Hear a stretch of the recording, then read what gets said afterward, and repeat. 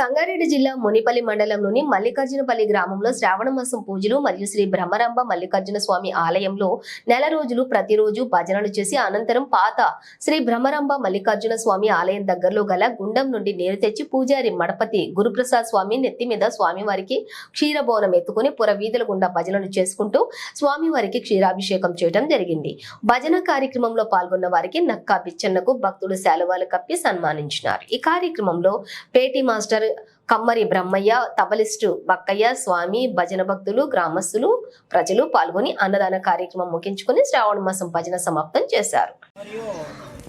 మన గ్రామము మల్లికార్జునపల్లి గ్రామం లోపల మల్లికార్జున ఆలయము మరియు రామాలయము, ఈ యొక్క వీరభద్రన ఆలయము, దత్తాత్రేయుని ఆలయము, ఈ యొక్క అన్ని ఆలయాల వల్ల మన పురాతన నుంచి కూడా అక్కడ పాత శివాలయం లోపల ఆ యొక్క గుండము నుంచి ఆ యొక్క జలము తీసుకొని శ్రావణ మాసము, ఆషాఢ మాసము ముగింపు కాగానే శ్రావణ మాసం ప్రారంభము చేయగానే శ్రావణ మాసం నెల రోజులు కూడా గ్రామస్తులందరూ కూడా కలిసికట్టుగా మహావైభవంగా భజన కార్యక్రమాలు జరుపుకొని రోజు ప్రతి ఒక్క ఇంటి నుంచి పలారము, కొబ్బరికాయ అన్ని కూడా తీసుకొని ఆ యొక్క స్వాముల వారికి నెల రోజులు కూడా కొబ్బరికాయ సమర్పించి భజన కార్యక్రమము రోజు రాత్రి 10 గంటల నుంచి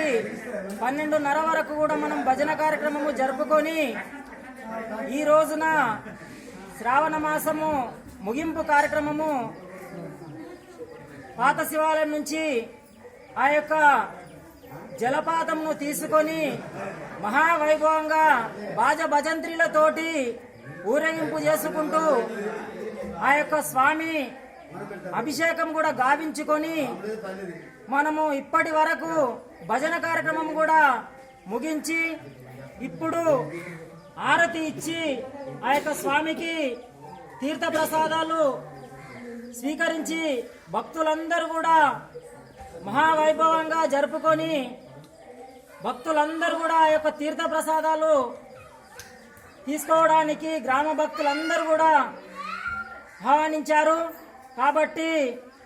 మనము ఈ రోజుతోటి ఈ యొక్క శ్రావణ మాసము ముగింపు కార్యక్రమము ఇంతటితో ముగింపు జరుపుకుంటున్నాము.